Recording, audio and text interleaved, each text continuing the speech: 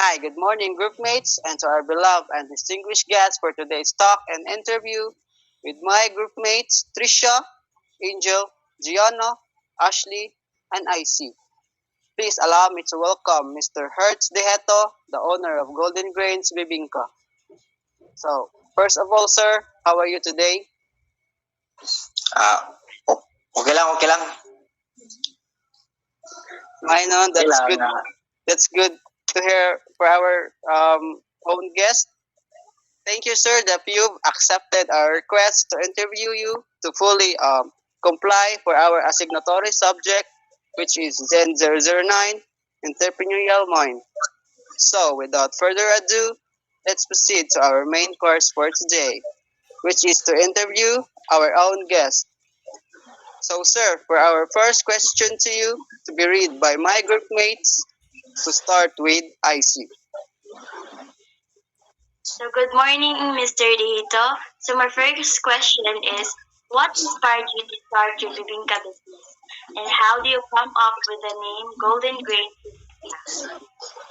So, ang atuwa yung pinakaunang rason no kay sukad sa pag-pandemic, nag-economic recession taman sa karon, daghan kayo nga mga tao nga ang ilang mga trabaho nawad-an. Usa na ngadto ang among mga trabahante sa amuhang ubang negosyo nga sa mga sa lending o sa ubang factory na mo pareha sa kaning tabliyahan chocolate factory nga nagsupply sa mga mall o sa amuhang mga pitsahan no nga na ay 18 kabo ka branches. So mo to nga uban sa ilahan na anong trabaho unya mo to ang goal na mo nga to nga amo silang matagag trabaho tungod kina po sila mga pamilya pud nga gibuhi. So mo to nga naka-decide pud mi nga maghimo mi og product nga kanang related ra pod sa among negosyo nga bugasan nga ang pangan Green Valley. So sa Green Valley pod naa pod siya'y mga branches nga upat ka buok nga related ra pod sa pangalan nga Green Valley. Na itugas, na ay basta kasi mga kahoy siya nga pangan. So mo toy ang branches sa Green Valley ja. Sa mua pod nga kaning food production pod sa mga factories naka-decide pod mi nga ang ipangan pod namo sa among products is kana po mga plants kay kaning amuang mga business nasudre ni siya sa usa namo nga business nga kaning sa Green Valley. So ang amuang gipangan nga to is Golden Grains sa kanila pong plants na pod. So diha pod namo nakuha ang iyang pangalan. Moro to. Thank you for that, Mr. Dito. Okay, bawal na ta kaysa asa gikan ang Golden Grains Bibingka ni sir. So, let's proceed to the second question. So, to be read by me. Given that Bibingka is a local delicacy that I believe is available in most cities or localities, where are you from? What distinguishes your Bibingka from other businesses that sell the same product? Do you believe sets you apart from?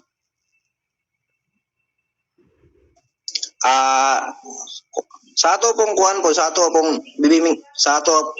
product board kanang di na po nato no kanang di na po nato kinahanglan nga i-complicate ang to product. Ang bingka at the end of the day is just bingka ra ka jud. Ang atuan na lamang kay bisan og lahi-lahi ang ingredients sa uban nga nagproduce.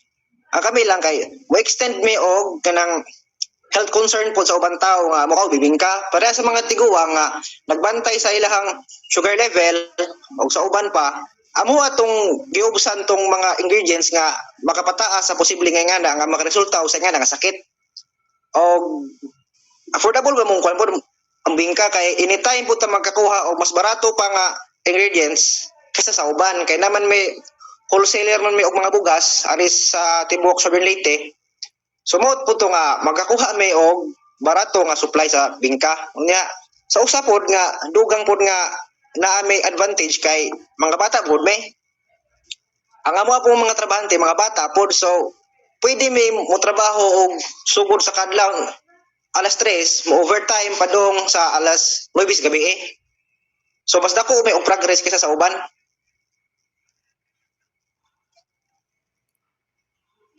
Thank you. Sige, sa sunod na po. Nga kapangutan. So nindot kayo no, like naamoy mga edges sa mga other nag-sell dia og bingka kay ang inyong mga employees kay mga younger, so dagan og kusog, di ba sir? So let's proceed to the third question to be read by Miss Yana. Hello, sir. Good morning again. So, for the third question, we all know that being an entrepreneur means taking risk, which we believe can either be successful or not. So, from the time that you have planned to start a business, why do you think engaging in a bibingka venture is the one that is worth it or worth taking a chance for? Okay daw, so sa diha nga pangutana kanang nakahimo ta diha og di ba og kung sa eskwelahan bitaw kay maghimo ta og feasibility study. Maghimo mi nga napod kung sa kani nga product pila ka buok ka percentage sa population ang upalit, pila ka buok nga dako nga business entity, organization or institution nga mopalit, pila ka potensyal og pila pod ang posible nga sa sunod nga adlaw ma-impluwensyahan nga mopalit. So nagbuhat po tayo nga na anja sa gawas nga na pod kay na pod may mga ining connections network nga pwede may mo supply sa kanang sa palihala man karon nga ang atong bingka ningabot na og Cebu, ningabot og US, ningabot og Singapore sa lugar nga lain-lain tungod kay natay mga tao nga ato ra po makontak nga pwede sila order nga na. Anja ang ato po nakalindot pod kay makasupply ta og mga hotel, mga catering, mao na nga nagay chance nga mudako. And worst comes to worst gani kung mohinay ang market sa bingka tungod kay ang ato jud kining gisaligan kining nga nasa edad nga 25 pataas. Worst comes to worst o kung mawa na sila o kung wa gani mo pulingan ang market gani, pwede ra po ta makabalhin og lain product pod. Sige, mao to.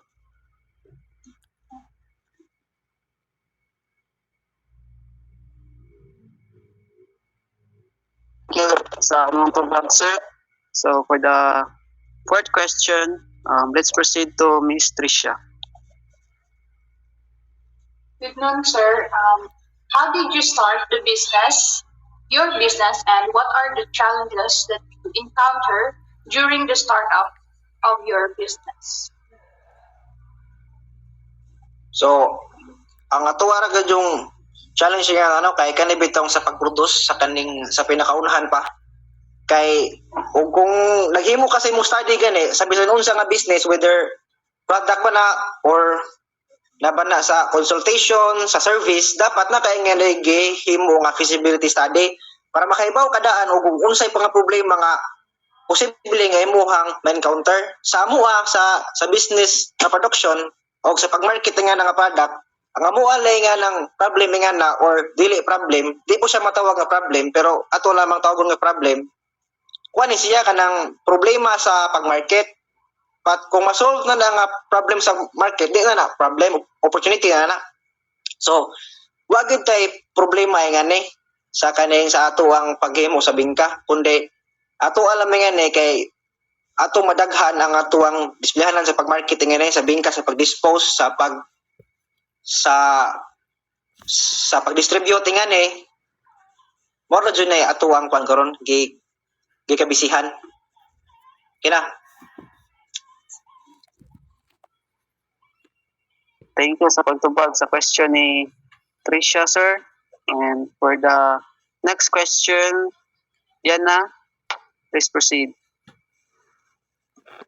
So for the fifth question, sir, so was there a time or point of phase in your business that it was on the verge of closing?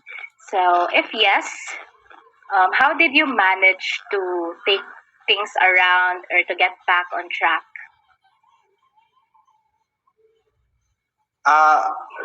Bayo no kanang so far wala pud meaning abot sa ingan nga sitwasyon kay tod sa kanang nga business kanay kuan ni siya kanang supporting ni siya sa kanang sa DTI. Mao ni ang pinakauna nga ang pinakauna nga bibingka factory nga nag-professionalize sa bibingka ug sa uban pa nga product nga local nga pwede siya ibaligya i-market sa uban nga lugar sa domestically product ari sa Region 8. So wala pa gyud, and even gani o kung kalisod ganing punta sa ato pagproduce sa bingka or pag-market, pwede naman ta mga yung tabang sa DTI, UST, magakontak mo na nila anytime. So maro to no sa diha ka pangutana. Thank you, sir, sa pagtubag. And now, for the last three question, Ashley, please proceed. So, hello, sir. My question is, what is your biggest strength in maintaining a thriving business?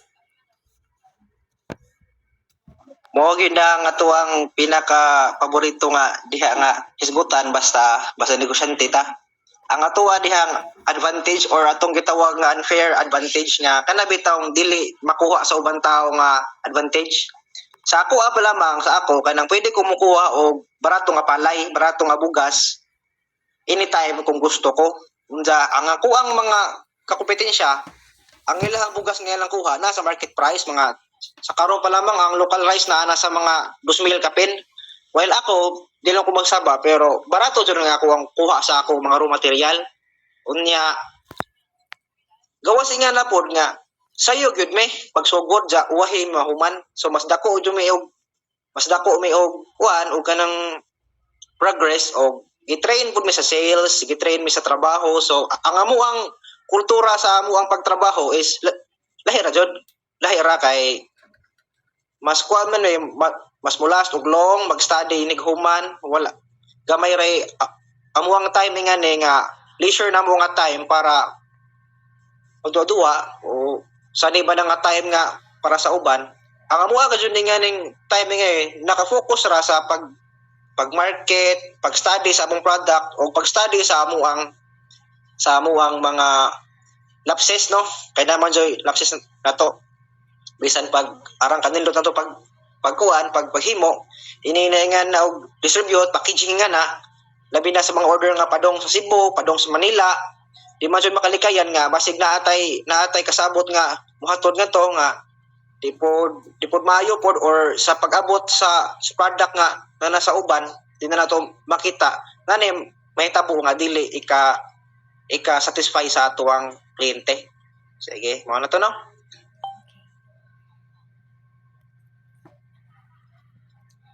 So, next question, Sir Kai. Looking back at everything, what would be one piece of advice you wish someone had given to you when you first starting as a business owner?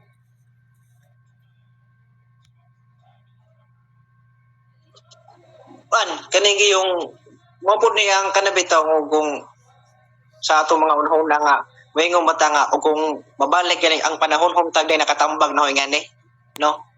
So kani gid yung work ethic sa bisan asa ka nga trabaho or negosyo sa bisan asa na industry, kani gid yung ang work ethic gid mo ay makalamang sa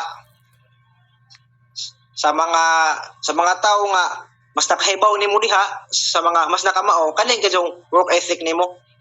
Kay mo gid na pinakadako gid nga factor gawas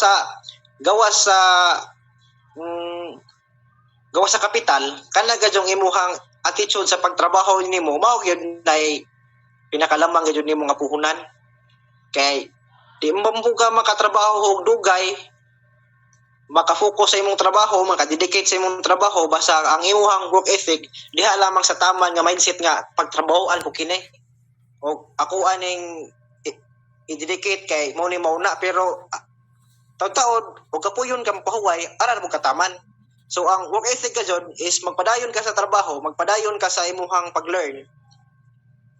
I-repeat cycle every day mo na siya. Mo na tambag hunta nga og kung ako siguro nakuha sa una sa napakos mga edad nga nas mga 15 nga na di size kay sayo man may on board sa negosyo.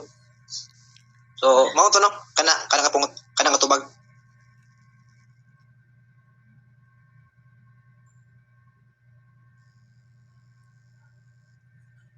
Thank you for that, Mr. Dito. So let's proceed to question number 8, which be read by Angel. Hello, sir. So for the last question po, regardless on the circumstances that you encounter during the hard times of your business po, as a entrepreneur, what are the traits po that you can share to us as an aspiring entrepreneur like you po, sir? Kuha nga nang o kung mag-iskuta og entrepreneur dapat daga jud diha ang kapital no. Ja na may tulo ka klase nga kapital na ay monetary kanang kwarta, ja katuang atong abilidad o atong work ethic. Ang atuang pinaka una diha nga kapital dili ang kwarta. Kun dili katong last nga duha, katuang work ethic nimo, katong imong knowledge. Imuha ng makatunan basta magtrabaho ka, mag-train ka. Like for kami, example sa pareha na mo nga kanang sayo nagnegosyo, nagtrabaho mi sa mga kumpanya nga wala may sweldo. Yeah, kami pay mangita sa akong pagkaon, kami pay mo trabaho para nila ug walay sweldo. So, ma-develop diha ang imuhang pagkatrabahante o pagkanegosyante nga makasulbad ka sa problema sa negosyo, makatabang ka sa negosyo while makakita pa ka og kanang pagkaon para sa kaugalingon so masulbad na nimo ang imong kaugalingon. So sa diha nga point, I think ready na ka nga motakol ka sa pagpangita og kapital. Di ka jud kwarta ang pinakaunang kapital kundi kanang duha, kanang work ethic ug knowledge. Sige, so mo to no una atong tubag sa diha nga pangutana. So, salamat kayo sa among mga tubag, sir, sa among mga question na we've already witnessed and heard Mr. Deheto, his journey towards his business, how he managed all of his businesses despite of the circumstances he faced, but bravely surpassed it all, no? As a B-School student and aspiring future entrepreneur, we will cherish all of your advice and motivational quotes to forward ourselves or to move forward ourselves as a future entrepreneur and how entrepreneurship world could be. So, once again, sir, thank you. May God bless us all. Sige, salamat po. Thank you, Thank guys. you, sir. Thank you, sir.